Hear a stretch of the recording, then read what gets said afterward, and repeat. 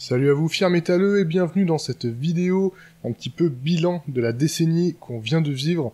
Donc bon, vous connaissez un petit peu le principe, parce que Maxwell a déjà fait une vidéo bilan. On prend de 2009 jusqu'à 2019, jusqu'à ce qui est sorti 31 décembre 2019. Et on voit un petit peu quels albums ont été les plus marquants, les meilleures sorties et tout ça. On essaie de faire un petit top, un petit bilan de tout ça. Et pour ne pas faire surtout d'originalité, j'ai fait comme Maxwell, j'en ai choisi 20. Faire un petit top 20 de la décennie. Et avant qu'on commence, en fait, cette décennie, elle a quelque chose d'un petit peu particulier pour moi, parce qu'elle correspond à ma décennie d'auditeur de métal, en fait. Ça fait, cette année, du coup, 10 ans, depuis en 2019, ça fait 10 ans que j'écoutais du métal. J'ai commencé en 2009, avec du néo, bon, je pense que je ferai peut-être une vidéo un petit peu pour expliquer ma carrière d'auditeur dans l'ordre, encore qu'il me semble que j'en ai déjà parlé souvent, et surtout, cette vidéo-là, vu qu'elle va parler des albums qui m'ont le plus marqué ces 10 dernières années, les sorties en tout cas, ces 10 dernières années, ça vous donnera déjà un bon aperçu de ce que j'écoute. Il n'y a pas... Alors, c'est un top, mais il n'y a pas vraiment d'ordre hiérarchique, finalement. Donc c'est pas vraiment un top, c'est pour ça le titre, ça sera bilan. J'ai choisi 20, mais il n'y a pas d'ordre, il n'y a pas de hiérarchie, tout simplement parce que la plupart des albums, on ne peut pas les comparer entre eux, parce qu'ils appartiennent à des genres différents, à des groupes différents, des pays, des localités, tout ça. Il y a beaucoup de choses qui font qu'on ne peut pas les comparer et que ce serait absurde de les comparer. Donc voilà, mon bilan, mes 20 albums préférés de cette décennie, de 2009 à 2019. On commence tout de suite avec un groupe dont j'ai déjà parlé dans une autre vidéo, puisqu'on va parler de 3 Inches of Blood. Alors, si vous avez vu cette vidéo, alors si vous ne l'avez pas vue, je vous conseille d'aller la voir, elle est cool. Eh bien, c'est tout simplement mon groupe de heavy metal préféré, et cet album dont on va parler, c'est Long Live Heavy Metal, qui est sorti en 2012, donc un an après avant leur split, donc en 2013, qui est donc leur dernier album, et qui est, pour moi, comme un best-of de tout ce qu'ils ont fait de mieux. Si vous avez vu ma vidéo sur le sujet, vous savez un petit peu ce que je pense de ce groupe. Et pour moi, voilà, cet album, il réunit toutes les qualités sans en avoir aucun défaut. On a les leads de guitare super épiques, parfois les duels de guitare aussi. On a les envolées criardes du chanteur, de Ken Pipes. On a des touches de clavier, mais pas trop. Le chant hurlé qui était vachement présent au début de la carrière de 3 Inches of Blood n'y est plus, en tout cas plus vraiment. Il y en a toujours un petit peu, qui est donc assuré par le guitariste. Juste ce qu'il faut pour donner la hargne et la puissance nécessaire à la musique du groupe, au heavy metal moderne, un peu trashy par moment de ce groupe-là. C'est tout un album presque concept, on va dire, sur un grand hommage au heavy metal, aux héros de 3 Inches of Blood. On a notamment un morceau sur Rob Halford, on a un morceau sur Dio, on a un morceau sur les métalleuses de manière générale.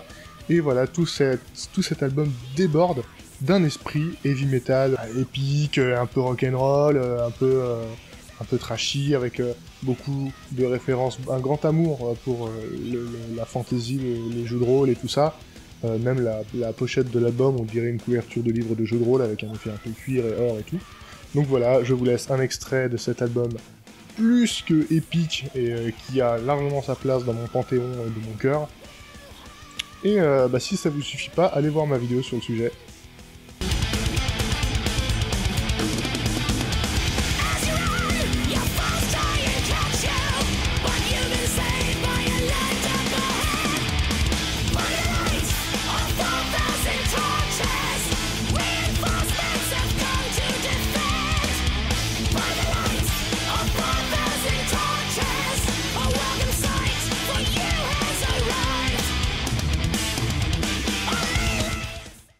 Le deuxième album qu'on va aborder aujourd'hui, c'est le premier album finalement du groupe Dysmorphic, A Notion of Causality. Donc Dysmorphic, c'est un groupe de death technique français qui est signé dès leur premier album chez Unique Leader Records, qui est quand même le gros label quand on cherche du brutal death ou du death tech. Pour moi, c'est clairement les dignes héritiers du death tech un peu brutal à la Gorod, avec quelques influences un peu Dying Fetus dans certaines phases vraiment tech.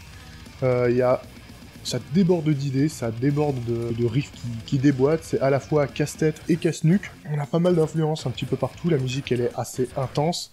La production elle est parfois un petit peu insuffisante, alors elle est loin d'être honteuse, elle est tout à fait correcte, surtout pour un premier album. mais disons que dans ce style-là assez particulier du death tech et du brutal death tech, en général ça impose d'avoir une production ultra léchée, vraiment presque ce qu'on pourrait appeler surproduit, c'est-à-dire avec... en général on cherche à avoir des aspects justement très nets, très cliniques, presque robotiques. Là c'est un peu plus naturel, enfin c'est un peu plus amateur entre guillemets, c'est pas amateur, mais du coup voilà, ça donne un autre feeling, un autre flow, on va dire. Et franchement, voilà, cet album il déborde d'idées. Ils ont sorti un deuxième album en 2018 que j'ai un petit peu écouté, qui est super aussi, mais que j'ai pas encore vraiment assez écouté. Il m'a pas autant marqué en tout cas que celui-là. Celui-là qui m'a été offert par Mathieu, des Chroniques de l'Underground, pour mon anniversaire, une année, et qui l'a acheté complètement au hasard, sans savoir du tout ce que c'était, et du coup je l'en remercie fortement, puisque bah, maintenant, cet album il fait partie de mon top 20 de la décennie, quoi.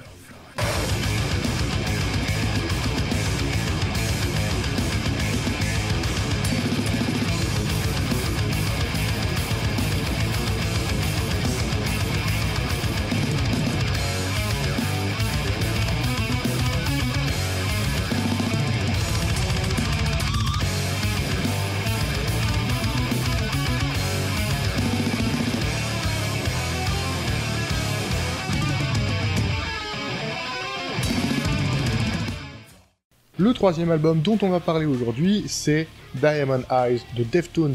Alors Deftones, c'est un groupe dont j'ai pas encore... Enfin, si, j'en ai déjà parlé dans une vidéo dans un Metal pour les nuls qui était consacré aux 2 premiers albums du groupe. Mais il est pas du tout impossible que j'y consacre un jour une nouvelle vidéo qui là s'attardera sur la carrière complète du groupe, même si en soi j'ai déjà participé à des vidéos qui en parlent. Et voilà, et du coup Diamond Eyes c'est un album dont j'ai vécu la sortie puisqu'il est sorti en 2010, à un moment où je venais juste de commencer à écouter le groupe et à vraiment apprécier le groupe. Je venais de passer ma phase néo-français pour commencer à m'attarder sur les groupes de néo américains, donc Korn, Limp Bizkit, mais surtout Deftones. Et voilà, sort cet album Diamond Eyes que j'achète assez vite après sa sortie. Et c'est un coup de foudre absolu, un énorme coup de cœur. Pour moi, cet album, il incarne parfaitement le virage, la transition qu'a pris Deftones entre leur néo-metal des années 2000, du début de leur carrière, et le post-metal un petit peu plus... Pour moi, voilà, cet album, il est vraiment pile entre les deux, c'est vraiment le très bon passage de flambeau. On a des morceaux un peu plus brutaux, entre guillemets, quoi, un peu plus forts, des morceaux vraiment très doux, qui font oniriques, qui sont des genres de rêves. Bah, en fait, quand je dis onirique, c'est parce que ça évoque vraiment le sommeil, en fait, un petit peu comme Team Sleep, qui est un autre groupe de Chino Moreno, que je vous conseille aussi beaucoup, même si on sort un peu du cadre du métal. En parlant de Chino Moreno, toujours au top de ses performances vocales, avec sa voix toujours lancinante, mais céleste, quand même, et quelques phases, justement, un petit peu plus gueulard. Enfin, vraiment, un gros travail aussi sur le groove, un gros travail sur le son, les guitares de Carpenter qui s'accordent vraiment très grave et tout, et qui fait vraiment ce côté, la suite logique, finalement, du néo des années 2000, mais le néo de Deftones, qui est unique en son genre, et que je vous conseille, je vous fais écouter un extrait, même si tout le monde connaît déjà Deftones.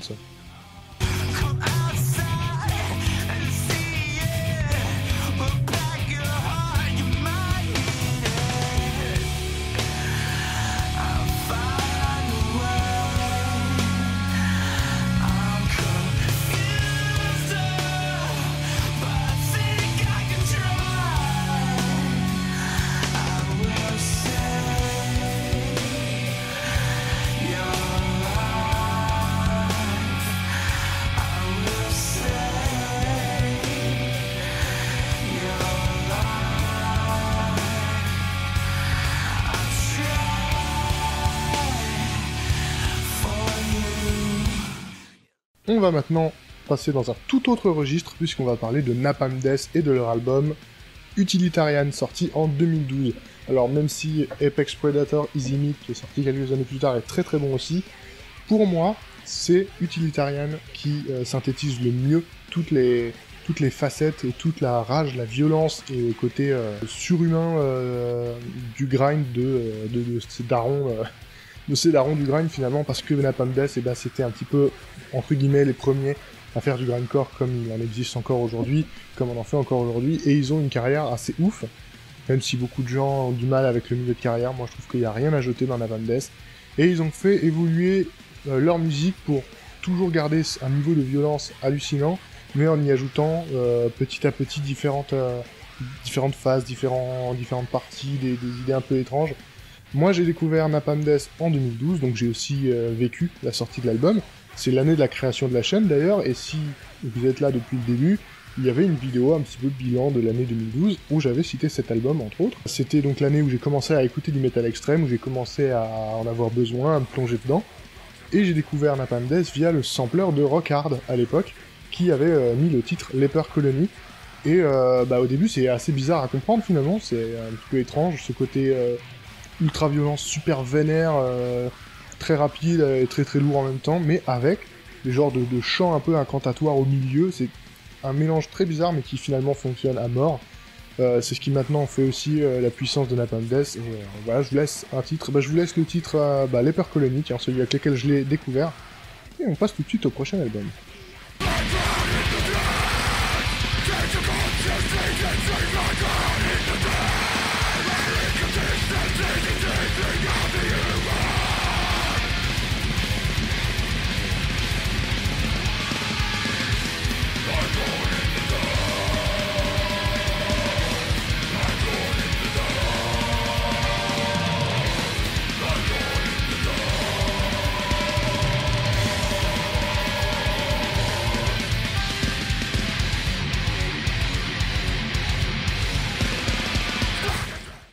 On change encore une fois de registre pour passer à quelque chose qui n'a rien à voir, c'est Citadel, leur premier EP qui s'appelle Citadel, qui est éponyme. Citadel, donc c'est un groupe français de heavy metal un petit peu épique, un petit peu comparable à Herzl, et justement les deux groupes se connaissent déjà, forcément, et comme Herzl qui ont fait un gros effet avec leur premier EP avec seulement 2 morceaux, et pour moi Citadel, c'est...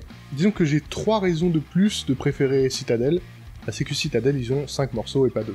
Donc c'est du heavy metal épique, blindé de riffs qui font lever le poing, comme on dit, qui font chanter en chœur, le chant justement, qui est pas toujours très clean, mais qui donne vraiment un sentiment de sincérité, et de... ça donne un petit charme, en fait, un peu comme la production, c'est normal pour un EP, qui est pas très clean tout le temps, qui est pas forcément très pro.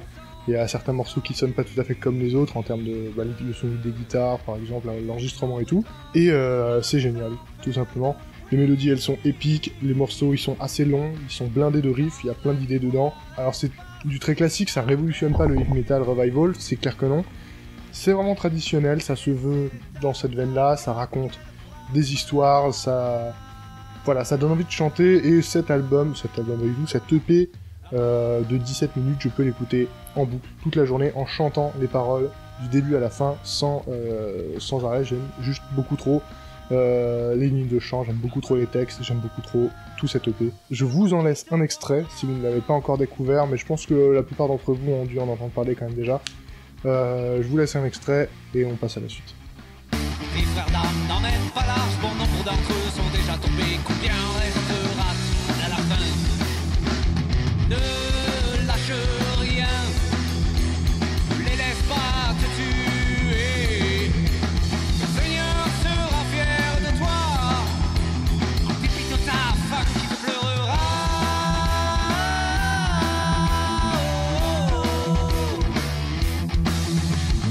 Je crie cette éternelle date afin que tu saches combien tu me manques. Ils sont plus que 30 de mon côté. Ils sont plus de 500, mon amour, je ne reviendrai plus à la maison. On continue avec un autre genre de musique encore, le death metal. Alors, un death metal un peu particulier puisqu'on va parler de Sulphur Aeon avec leur premier album sorti en 2013, Swallowed by the Ocean's Tide. Alors, death metal un petit peu particulier, pourquoi? En fait, alors, sur Metaloom, il est classé comme Black Death. Alors moi, le côté black, je le vois vraiment pas. Pour moi, j'ai plus un côté death... on pourrait dire, on serait tenté de dire death symphonique, mais il n'y a pas d'instrument symphonique, il n'y a pas du tout ce côté-là, mais c'est juste, en fait, du coup, plutôt death cinématographique, un death metal grandiose. parce que les guitares, en fait, à elles seules, les instruments à eux seuls, parviennent à rendre ce côté vraiment grandiose, gigantesque, impressionnant, dans lesquels un gros mur de son dans lequel on se noie, mais dans lequel on peut percevoir toujours des petites mélodies, des leads assez épiques et lointains, qui apportent ce côté vraiment terrible, terrifiant et gigantesque à la musique de Sulfureon. Sulfureon, c'est un groupe qui est entièrement basé sur les écrits de Lovecraft. Encore un, on n'a pas fini d'en parler d'ailleurs. Bah justement, je trouve que le son du groupe joue parfaitement son rôle et permet parfaitement de s'identifier à un personnage de ces nouvelles-là qui se retrouve face à quelque chose de gigantesque, de tournoyant, quelque chose de vertigineux dans lequel il est plongé malgré lui. Et cet album écrase tout, la musique de ce groupe écrase tout. Il y a aussi beaucoup un côté un petit peu rituel, un peu invocation, un petit peu chamanique, un petit peu magique, du coup le côté occulte, tout ça. Voilà, tout ça c'est un cocktail qui rend très très bien le côté Lovecraftien, le côté énorme, puis ça... Quand même quoi, la musique elle est puissante, elle donne l'impression de se noyer dans... Vous voyez Moïse qui sépare la mer en deux, bah là en fait, la musique de Sulfureon, c'est le moment où la mer se referme sur vous. Pour moi c'est la parfaite métaphore. La mer, avec bien entendu, on voit à travers la mer des créatures complètement humaines et dont on croyait disparues, voilà, le côté très monolithique. Ils ont sorti un deuxième album qui est cool, qui est quasiment aussi bien, et le troisième un peu plus récemment qui est un poil moins bien mais qui reste vraiment cool quand même. Donc jetez-vous sur ce groupe si vous ne le connaissez pas, je vous en laisse un extrait.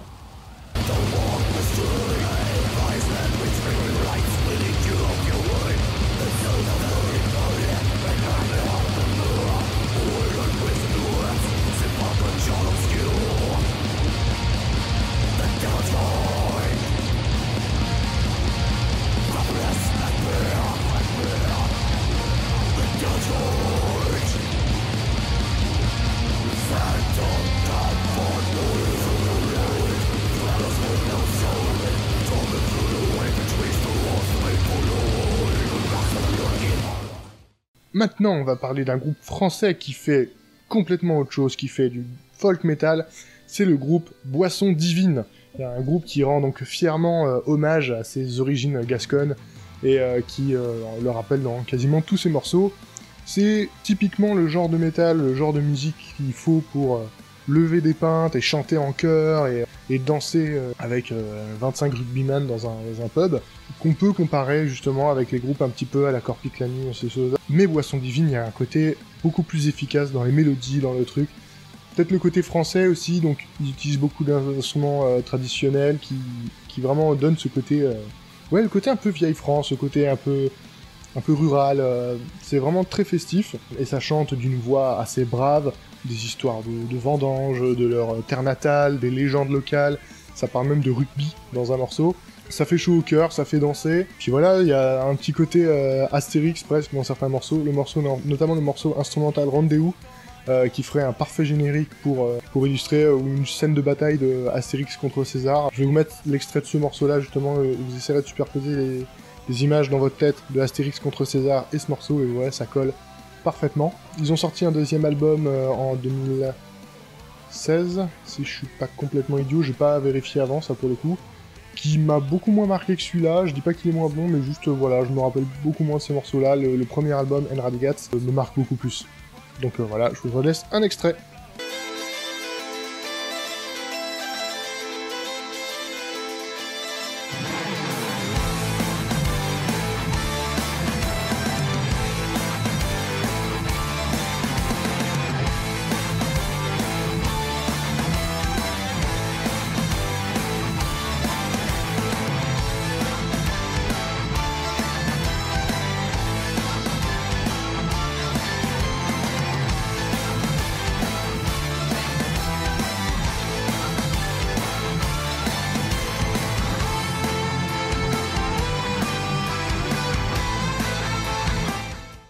Encore un groupe français sorti cette fois de l'écurie des Acteurs de l'Ombre, donc label black metal qui a un petit peu complètement redessiné toute la scène black metal actuelle, française notamment, mais pas que, bah, tout le monde avait un petit peu son petit groupe préféré, sa petite préférence parmi leur roster, même si tout est bon. Alan, par exemple, c'était Déluge, avec leur premier album. Moi, entre autres, j'en ai eu quelques-uns, mais c'était Pénitence Onirique, avec leur premier album qui s'appelle Vitriol, sorti en 2016, qui m'a été offert justement par Alan, et je l'en remercie parce que finalement, voilà, il fait partie de ce top. Donc vous voyez les cadeaux que vous me faites, les gars, ils sont cool, quoi. On est dans un black metal à tendance un peu atmosphérique, un petit peu comme ce que fait à peu près la moitié des groupes des acteurs de l'ombre, mais surtout un black metal très intense, très hypnotique, avec ce côté les guitares qui font un énorme mur de son, dans lesquels se perdent justement, dans lesquels on peut capter, mais pour le coup, il faut vraiment faire attention pour les entendre, mais des mélodies assez simples, hein, vraiment très simples, mais suffisamment pour raconter quelque chose, quoi, suffisamment épique, avec un côté un peu noble dans ces mélodies-là, qui semblent raconter quelque chose, qui semblent parler de quelque chose. On voit que justement, c'est pas que de la violence, et qu'il y a ce fil mélodique qui est perdu dans un océan de ténèbres et de tempêtes. Il parle notamment d'ésotérisme, de recherche de soi, surtout de la question de l'être, du soi-même, un petit peu d'alchimie, et ça a même fait une petite référence à Bloodborne avec le morceau Carapace de Fantasme Vide, qui est un item de Bloodborne. Et voilà, le mieux, c'est que je laisse parler un petit peu la musique.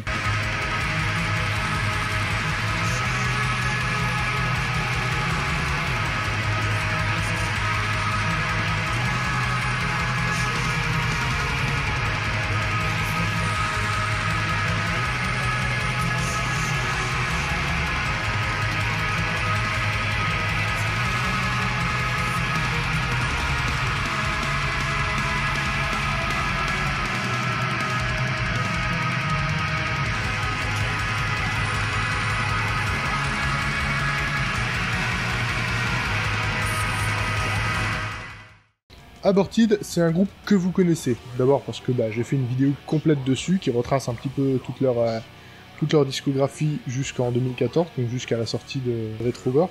Voilà. Vous les connaissez aussi tout simplement parce que depuis quelques années, depuis 2013 justement, on ne les arrête plus. Ils sortent tuerie sur tuerie. Tous les 2 ans, il y a un album. Quand il n'y a pas d'album, il y a un EP pour nous faire patienter. Tous les ans, on a notre petite dose d'Aborted.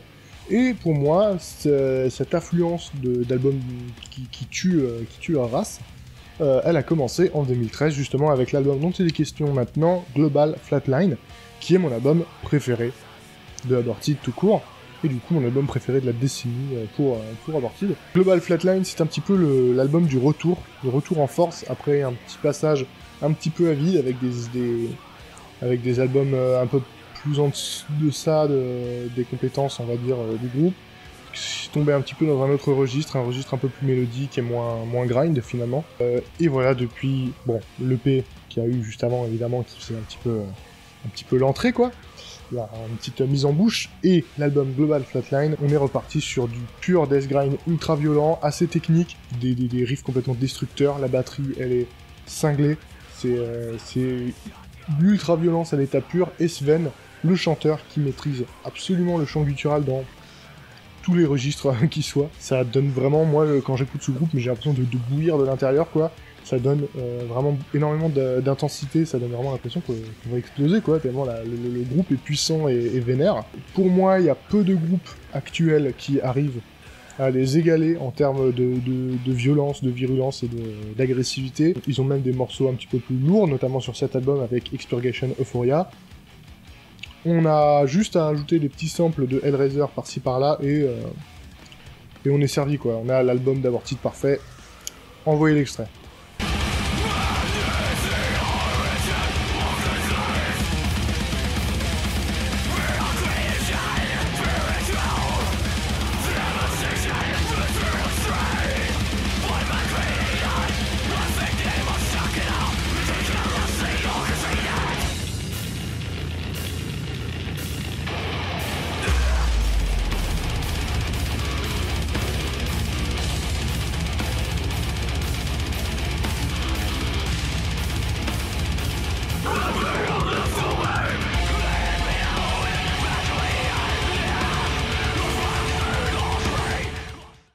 Tout le monde connaît aussi Alceste, dans un tout autre registre, et l'album dont je vais parler aujourd'hui, c'est Les Voyages de l'âme, sorti en 2012, qui pour moi représente l'exact milieu entre les différentes facettes de Alceste, à savoir un black metal un peu atmosphérique d'un côté, et le post-rock shoegaze de l'autre. Même si les albums qui sont sortis depuis sont pour la plupart aussi très bons, moi c'est vraiment plus celui-là que j'ai retenu, parce que pour moi c'est celui-là qui définit vraiment le son actuel d'Alceste. On est dans quelque chose justement de très onirique, puisque Neige, donc le chanteur guitariste, le fondateur du projet, veut nous faire un peu vivre l'expérience de ses rêves. Ça peut être un peu niais par moment, mais si on a un cœur, on peut que s'y laisser prendre et voyager à travers ces différents mondes plein de couleurs, plein de légèreté, de belles mélodies, de voix douces, un goût un peu sucré, mais très aérien, quelque chose de vraiment léger, de beau, tout simplement. On ne peut que s'y laisser prendre, quoi. Faut qu'on a... Et donc je vous laisse, bien entendu, avec un extrait, même si vous connaissez déjà très bien tous ces morceaux. L'album d'après sera un peu plus shoegaze, un peu plus post-rock, machin. L'album d'encore après sera un peu plus black metal. Là, pour moi, on est vraiment dans le juste milieu entre les deux. Allez, on écoute. On écoute.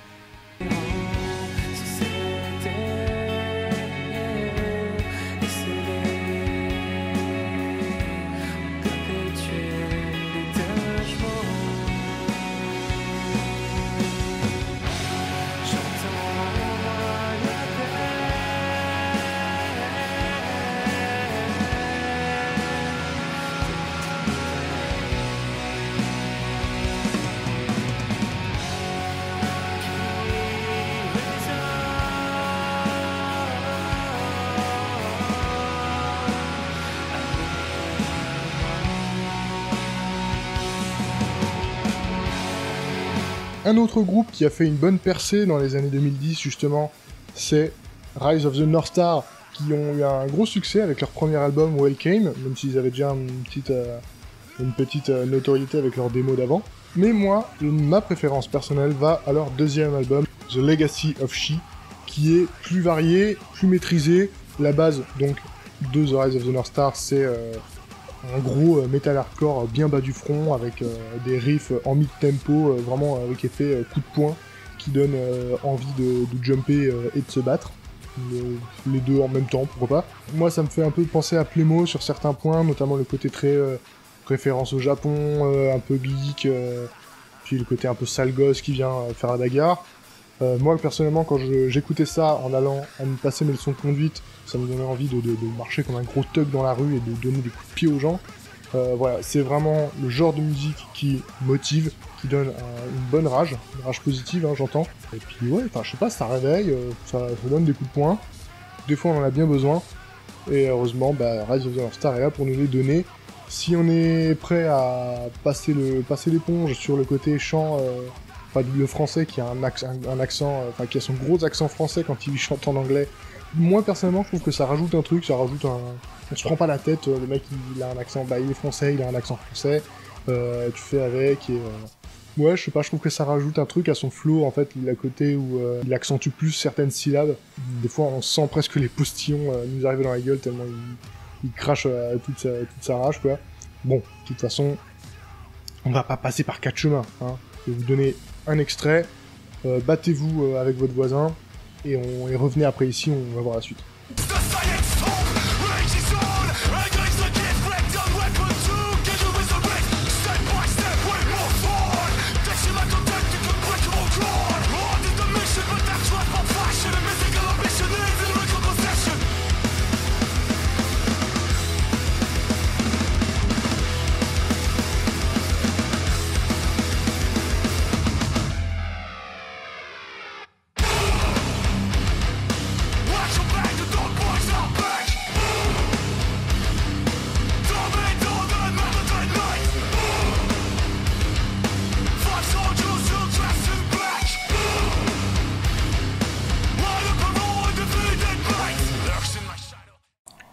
Et on enchaîne avec Enslaved, l'album Axioma Etica Odini. Bon, c'est pas une surprise hein, si vous me connaissez un peu, surtout que Enslaved, encore une fois, j'ai déjà fait une vidéo dessus, qui revient sur l'ensemble de leur carrière, donc si vous voulez un peu plus de détails, allez la voir. Enslaved, pour moi, c'est l'un des premiers groupes de black metal que j'ai écouté, et j'en suis très vite tombé amoureux. Peut-être tout simplement parce que le groupe est finalement assez Alors, il est à la fois accessible et inaccessible. Accessible parce que le côté black metal est assez dilué, finalement. On n'a pas le côté agressif, le côté vraiment véhément du black metal. On a essentiellement, ça se retrouve dans le son des grades, dans la double pédale et dans la voix, pas beaucoup plus que ça. Inaccessible parce que quand même, son côté un peu prog, justement, avec ses structures qui sont justement des fois très déconstruites, finalement, avec des tempos qu'on n'a pas l'habitude de voir, ou des choses comme ça, des constructions assez un peu longues à tiroir et tout ça, des fois ça peut rebuter aussi un peu. Moi personnellement, la sauce elle a pris direct, je suis instantanément tombé amoureux de ce groupe et surtout de cet album, donc sorti en 2010. Donc je l'ai écouté finalement assez peu de temps après sa sortie, parce que c'est à peu près à ce moment-là que je commençais à écouter du métal. Pour moi, la synthèse aussi parfaite de l'ancien Enslaved avec le nouveau qui est maintenant pratiquement beaucoup plus prog que black metal, et l'ancien qui était essentiellement black metal avec déjà une bonne utilisation des claviers et une bonne utilisation des chants clairs. De toute façon, pour moi, il n'y a aucun mauvais album dans la discographie d'Enslaved, mais celui-là, c'est mon préféré, c'est la meilleure synthèse, les morceaux sont magnifiques, ils sont célestes. Le côté intense, alors intense, c'est peut-être le mot que j'aurais le plus prononcé dans cette vidéo, mais c'est peut-être ça qui me touche tout simplement dans la musique. Et pour moi, Enslaved relève parfaitement le défi, avec ce côté un peu tournoyant, dans lequel on baigne, dans lequel on se noie, on se laisse un petit peu prendre par les mélodies, et on s'envole dans les cieux, avec le chant clair magnifique, tout simplement. Axioma et Tika Houdini.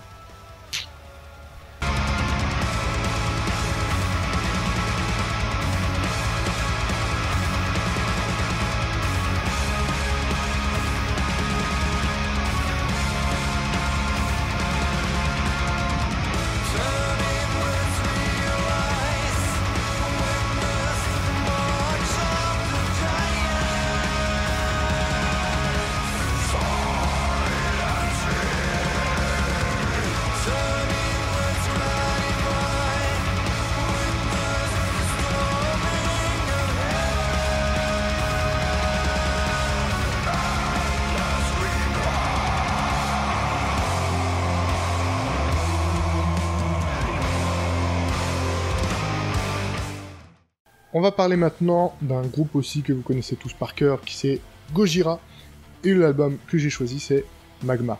Magma, donc sorti en 2016, qui est donc leur dernier album en date, qui est le moins death, du coup le plus unique, celui qui a vraiment la patte Gojira, et je n'ai jamais entendu vraiment d'autres groupes faire ce genre de musique à leur façon, en tout cas pour le moment. Un album vraiment particulier qui demande un petit peu de temps à y consacrer, un petit peu de temps avant de l'apprécier vraiment à sa juste valeur. En fait, l'album il est particulier parce qu'il est dédié au deuil des frères du Plantier pour leur mère, et c'est un album qui a résonné en moi depuis qu'un ami très proche, vit des épreuves un petit peu difficiles en ce moment, et j'ai ressenti pour moi ce qu'il fallait ressentir en écoutant cet album, c'est celui qui transcrivait le mieux de ce genre d'émotion. Il y a un côté céleste, donc le côté death, comme je l'ai dit, est vraiment passé à la trappe. On a toujours quelques morceaux un petit peu en death prog, comme Silvera par exemple, ou des parties de Stranded, mais c'est vraiment effacé au profit d'un côté plus céleste, mais sans être onirique non plus. On est plus dans un genre de froideur et de dureté, mais qui est pas dénué d'émotion. Mais voilà, des morceaux vraiment calmes, juste instrumentaux, parfois des interludes, pourquoi pas. Néanmoins, l'album s'écoute d'une traite, évidemment, comme tous les albums de l'univers. Logiquement, tout le monde connaît cet album, puisqu'il s'était hyper attendu à sa sortie. Il a suscité ce qu'il fallait comme réaction, donc certains l'ont apprécié, d'autres pas du tout.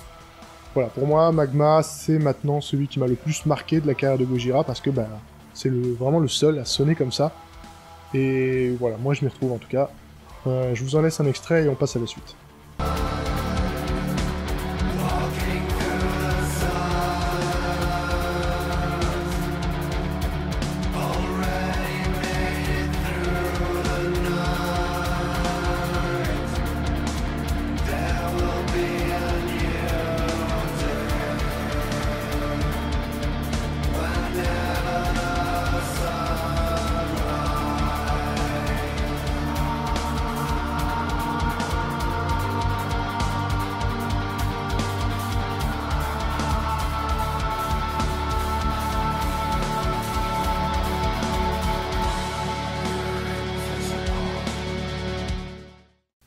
On retourne du côté des acteurs de l'ombre avec un autre de leur groupe, Dark and Old.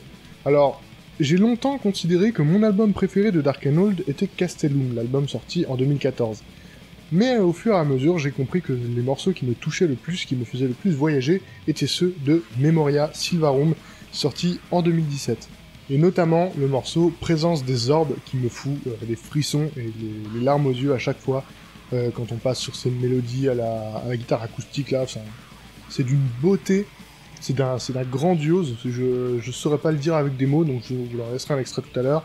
Donc Black Metal Médiéval, on en reparlera bientôt, c'est le 4e album, mais tous sont géniaux, hein. De toute façon Dark and Old, je ne pourrais que vous conseiller d'écouter la discographie en entier, le 5e album est d'ailleurs en préparation. Voilà, qui nous baigne dans un Moyen-Âge un peu fantasmé, pas tant dans un Moyen-Âge, dans les souvenirs d'un Moyen-Âge fantasmé plutôt, parce qu'on a toujours ce côté un petit peu, on se promène dans des ruines, en imaginant les contes et les légendes, des récits épiques, de la magie, ce côté un peu chevaleresque, ce côté un peu beau et grandiose. Le groupe s'inspire beaucoup, on le voit sur leur page Facebook, ils partagent souvent leurs inspirations, beaucoup de vieux jeux vidéo, de livres dont vous êtes le héros, de jeux de rôle et de choses comme ça, donc ils ont cette culture un peu geek, hein, finalement. Je vous laisse l'extrait en question, et puis voilà.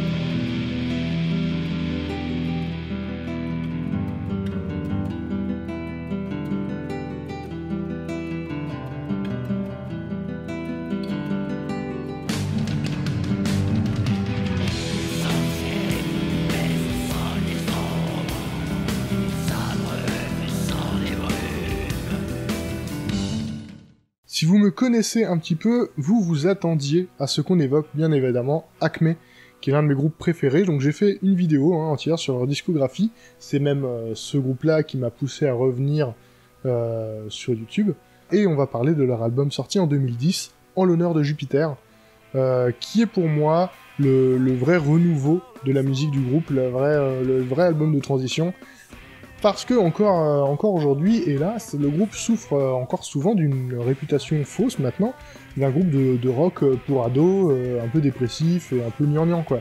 Alors que la musique, elle est loin de là. Maintenant la musique, on est plus dans un genre de... presque de post-hardcore, bon là c'est beaucoup dire, surtout dans cet album-là. Alors cet album-là, il mélange vraiment énormément d'influences, donc dire qu'est-ce qui est comme thème, c'est un petit peu compliqué. Les sujets, ne serait-ce que ça, ne sont pas les mêmes. Là, on parle beaucoup plus de politique, d'insurrection, il y a un côté un petit peu enragé, un côté beaucoup plus vénère qu'avant, avec toujours, évidemment, le thème du mal de vivre et de la tristesse qui était inhérent à Thomas, donc l'ancien chanteur, qui était là sur cet album-là. La musique est assez différente, ils ont vraiment accéléré le tempo, ils ont recruté un nouveau guitariste, et c'est ça qui a beaucoup changé le son du groupe. Et surtout, c'est un album dont j'ai vécu la sortie à l'époque où j'écoutais justement Acme. Alors forcément, il a une place un petit peu particulière dans mon palmarès. On s'en laisse un extrait et on passe à la suite.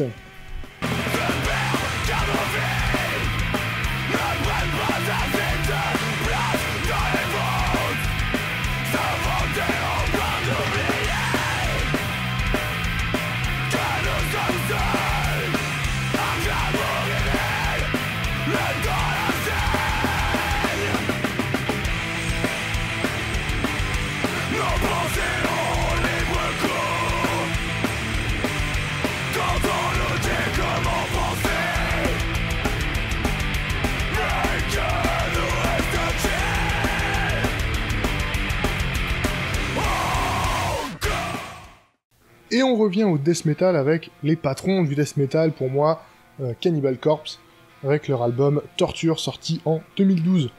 Alors, pourquoi cet album plutôt qu'un autre? Parce que finalement, leur discographie, elle est pleine d'excellents albums. Pour moi, celui-là, c'est le plus varié, et c'est celui qui remet un petit peu les points sur les i après une longue phase d'album qui se voulait surtout démonstratif, avec beaucoup de techniques, et un peu de branlette pour moi, un peu trop démonstratif justement, avec des morceaux qu'on retenait pas forcément, qui étaient moins efficaces. Là, Le groupe s'est vraiment attelé à faire des morceaux coup de poing, efficaces, qui se retiennent justement, qui marquent un petit peu l'auditeur, qu'on peut justement retrouver facilement en concert, ne serait-ce que ça. Et surtout, l'album est beaucoup plus varié.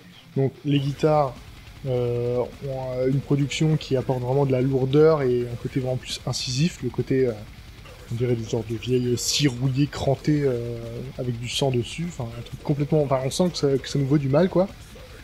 Et aussi, on a plus varié dans la composition des différents morceaux. On a des morceaux assez lourds et mid-tempo, comme Scourge of Iron par exemple, ou Followed Homes and Killed, qui se fait un peu plus sinistre, un peu plus glauque. Et on a des tempêtes de violence absolue, comme Demented Aggression, ou As Deep as the Knife Will Go par exemple, qui sont des leçons de violence par les patrons Cannibal Corpse. Pour moi, cet album, c'est la vraie personnalité de Cannibal Corpse, même si ceux qui l'ont fait depuis sont aussi très bien. Pour moi, celui-là, il reste au panthéon.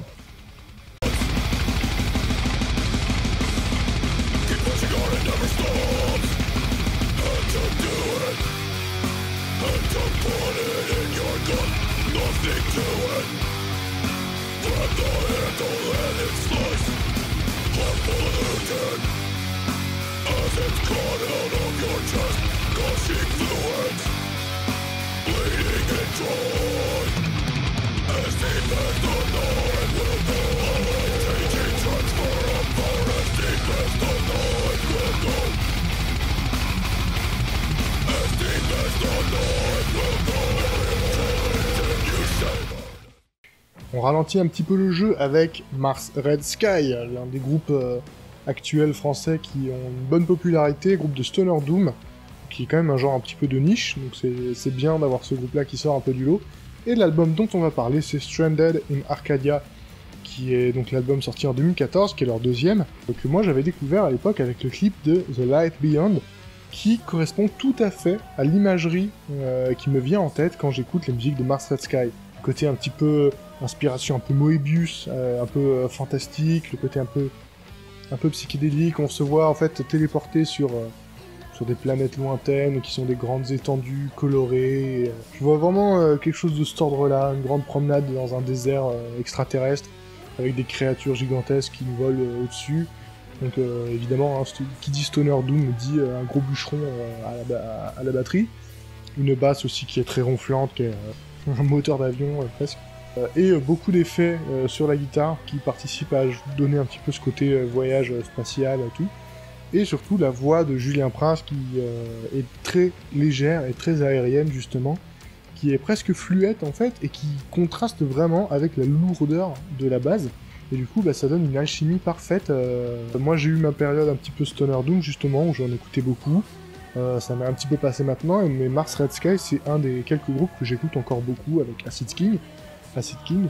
Mars Red Sky a quand même plus ce côté voyage, petite promenade tranquille dans l'espace, en vaisseau, dans un espace multicolore, hein, bien sûr, avec des baleines géantes qui se promènent, qui volent à côté de nous, des raimentas géantes qui nous survolent. Voilà, donc ça fait rêver, ça fait plutôt du bien, c'est assez positif comme musique, c'est une façon de d'évader un petit peu son esprit sans prendre de drogue, bien sûr, parce que la drogue, c'est pas bien les enfants.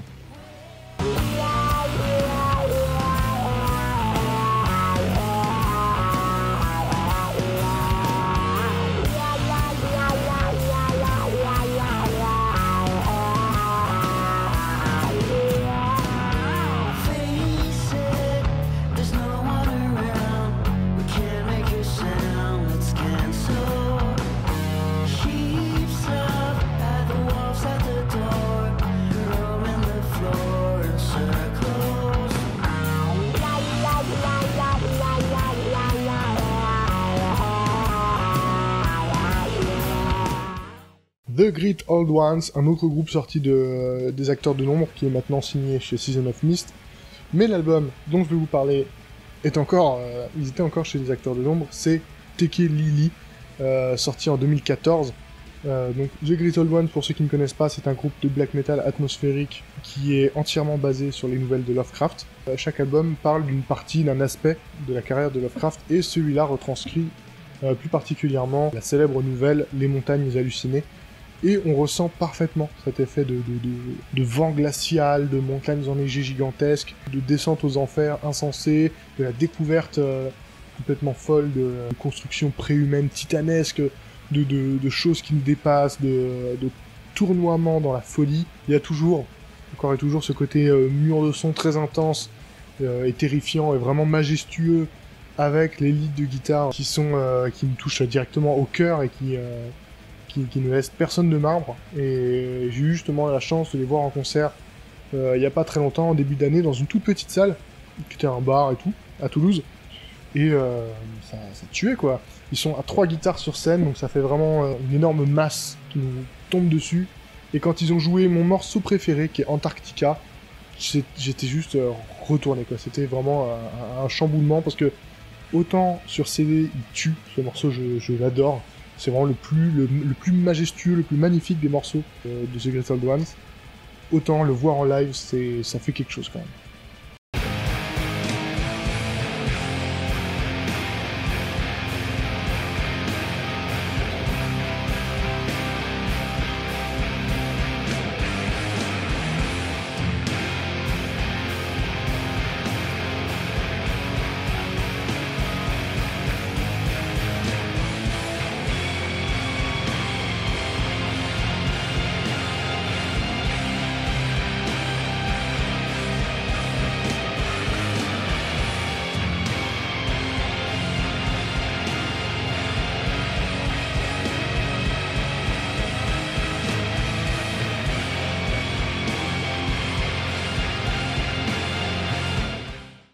Et sans plus tarder, Benighted, le groupe le plus violent et le plus brutal et le plus groovy, sans toutefois être débile. Parce que c'est souvent un problème qu'on a avec les groupes justement très violents et groovy. Quand on mélange les deux, des fois ça devient très vite con. Moi, ça m'amuse pas beaucoup, les groupes débiles. ça passe sur un quart d'heure, mais pas plus. Et Benighted est loin d'en faire partie. Il évite tous les écueils et toutes les lourdeurs qu'on pourrait craindre d'un groupe de death grind, tout en proposant finalement le meilleur de ce que peut inspirer la violence, le sinistre, le terrifiant et surtout le casse-bouche, quoi. Y a rien à dire, les concerts de Benighted, c'est les plus fous que j'ai jamais vus, c'est les meilleurs que j'ai jamais vus, les plus efficaces, et les pics de Benighted, c'est de la tuerie. La musique, elle trouve justement le bon juste milieu entre la violence, l'extrême brutalité, le côté justement un peu groovy, le côté malsain, énormément. Et le côté malsain, ça vient essentiellement des thèmes qui sont choisis, puisque Julien Truchant, le chanteur, comme dans l'anecdote que tout le monde connaît, il est infirmier dans un hôpital psychiatrique, et il s'inspire souvent de cas psychologiques, de cas psychiatriques, pour écrire ses paroles et faire presque des concept albums sur chacun de ces thèmes. Alors, je vais pas vous redire les thèmes, allez écouter les albums pour ça. Alors, l'album d'après, Necrobreed, est aussi excellent, c'est une énorme tuerie, il est exceptionnel tout pareil, je peux vous conseiller autant l'un que l'autre. Bon, moi, il fallait bien que j'en choisisse un, j'ai choisi Carnivore Sublime. Benighted, c'est le groupe d'ultra-violence, le groupe donc de death grind ultra-violent à suivre en ce moment. C'est l'un des meilleurs groupes français. En tout cas, en la matière, c'est clairement le meilleur. Et ils sont assez similaires justement à leurs collègues belges de Aborted.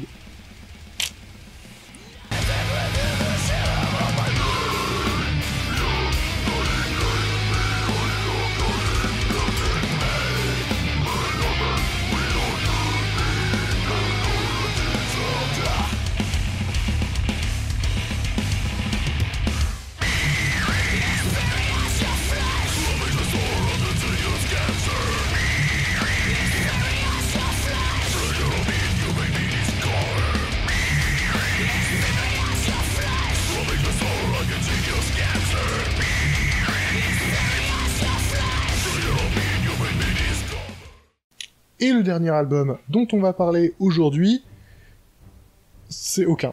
En fait, c'est un petit peu décevant d'en arriver là, mais j'ai littéralement réussi à ne choisir personne, aucune place, pour remplir le top 20. Il n'y a pas de numéro 20. Alors, non pas qu'il n'y aurait aucun album qui soit suffisamment bon pour arriver à cette place, mais en fait, ça me tuait de devoir en choisir un, parce que ça signifiait de ne pas choisir tous les autres. Voilà, donc j'ai préféré être lâche et n'en choisir aucun, et finalement dédier cette 20e place à tous les autres albums qui ont forgé ma carrière d'auditeur. Parce que comme je l'ai dit, bah, la décennie de 2010, c'est un petit peu ma carrière d'auditeur en entier. Et bah, via ça, si je regarde un petit peu en arrière, je suis passé par énormément de phases. Mes goûts ont énormément évolué. Je suis passé par beaucoup de genres différents, de groupes différents, d'opinions différentes aussi. Ma vision du métal a changé moult et moult fois. Ma vision de la musique, hein, de manière générale, a beaucoup changé. Et je pense que rien qu'en regardant un petit peu ma chaîne, ce que je pouvais dire, ce que je pouvais faire, ce que je pouvais écouter, ce que je pouvais conseiller sur mes vidéos, ça doit vous donner une idée de ce par quoi je suis passé. Et donc voilà, cette 20e place, je la dédie à tous ces albums qui ont influencé le passionné de métal que je suis aujourd'hui, qui m'ont apporté plus ou moins, et tous ceux que je ne peux pas mettre là, je leur dédie cette 20e place. Voilà, donc finalement ça aurait été un vrai top 19, mais bon, ça faisait moins bien. Je vous laisse là, parce que je pense que la vidéo est déjà assez longue. Maintenant cette décennie est terminée, on en attaque une nouvelle, et j'espère qu'elle sera aussi riche, et même encore plus riche que celle qu'on vient de passer. Que des nouveaux, j'ai hâte déjà de voir mais quels nouveaux courants musicaux vont ressurgir, qu'est-ce qui va se créer, parce qu'on a quand même vu pas mal de choses arriver hein, dans cette décennie. C'est la décennie du gent, c'est la décennie du retour du black metal atmosphérique, justement un peu à la façon des Acteurs de l'Ombre. Il y a énormément de choses qui sont arrivées. J'ai hâte maintenant de voir ce que la décennie 2020, les années 20, va nous apporter, et puis bah, j'espère qu'on verra ça ensemble, et que je serai toujours là à faire des vidéos pour vous, et que vous serez surtout toujours là à les regarder. Je en profite pour vous remercier encore une fois de votre soutien. Je vous invite à commenter, à me mettre votre bilan à vous, ce que vous pensez des albums que moi j'ai choisis, mais aussi vos albums à vous, à liker, à partager bien sûr, à vous abonner, tout ça vous connaissez. On se retrouve assez prochainement pour des prochaines vidéos, futures vidéos, c'est plus correct. Puis voilà. Allez, bonne décennie à vous.